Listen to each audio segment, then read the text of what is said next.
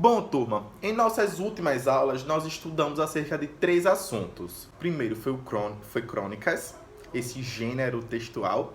Nós aprendemos sobre figuras de linguagens e os códigos de linguagem. Então, desses 3 assuntos, quais foram os que vocês mais tiveram dificuldade para aprender, para assimilar? Hein? Podem responder aí, qual foi que vocês tiveram mais dificuldade?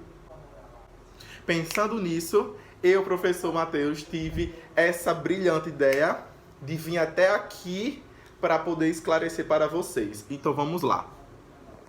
Bom, turma, crônica é um gênero textual de narrativa breve, geralmente produzida para ser publicada em jornais ou revistas.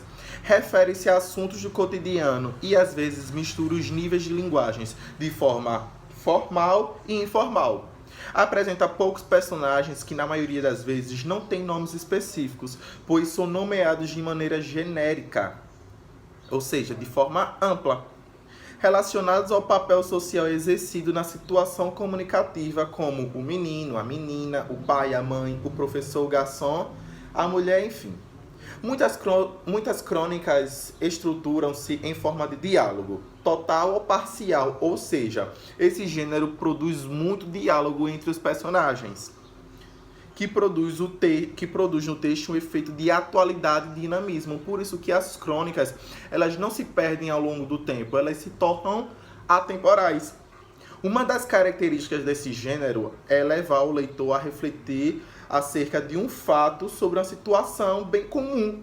Para isso, pode ou não utilizar o humor como recurso expressivo na construção do sentido do texto. Características da crônica são: 1.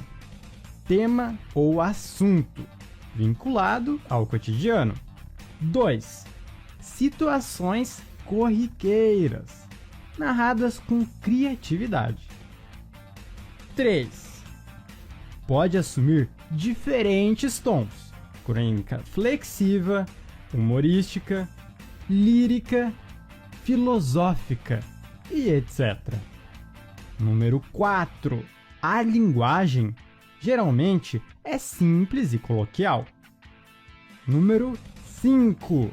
Pode ou não utilizar o humor como recurso expressivo na construção de sentido do texto. Número 6. Podem ser divulgadas em blog, jornais e revistas impressos ou eletrônicos. E número 7. Intertextualidade. A intertextualidade ocorre quando um texto está inserido em outro, podendo acontecer de maneira implícita, sem a citação expressa da fonte, ou explícita, quando há citação da fonte no intertexto. Já os demais assuntos nós classificamos da seguinte maneira. Há milhares de anos, o ser humano tenta registrar pensamentos, sentimentos e aspectos de sua vida. Inicialmente, por meio de imagens, a humanidade, ao longo da história, criou outras linguagens, sendo elas gráfica, numérica, ideogramas e letras, permitindo maior comunicação, ou seja, permitindo também a origem de novos códigos. Para que possamos nos comunicar com alguém, é preciso que os códigos utilizados sejam compartilhados pelos indivíduos, ou seja, seja um código coerente, seja um código conhecido, né?